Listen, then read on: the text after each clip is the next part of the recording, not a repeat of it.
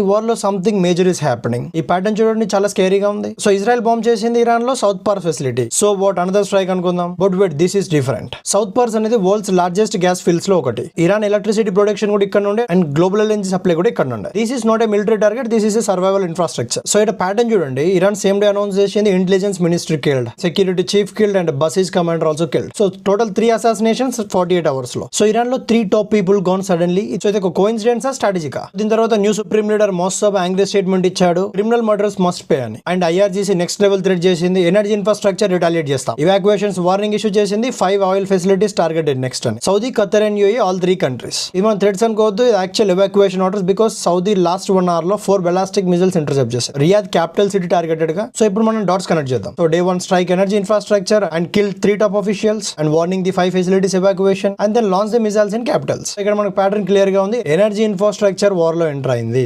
Leadership targeted directly. Capitals are under missile attacks and escalation every 24 hours. So ఇక్కడ big question, if energy infrastructure fair game అయింది, if top leader assassinations target అయ్యాయి, and if capitals missile range లో, where does this stop? One side you say gas fields may strikes, other side wants oil facilities and countries losing the leaders and also hitting the capitals. So this is not a war cooling down, this is a war changing the rules. So what happens next అనేది nobody knows. But ఈ pattern చూస్తే మాత్రం చాలా స్కేరీగా ఉంది. Updates continue చేద్దాం and follow చేయడం మర్చిపోకండి.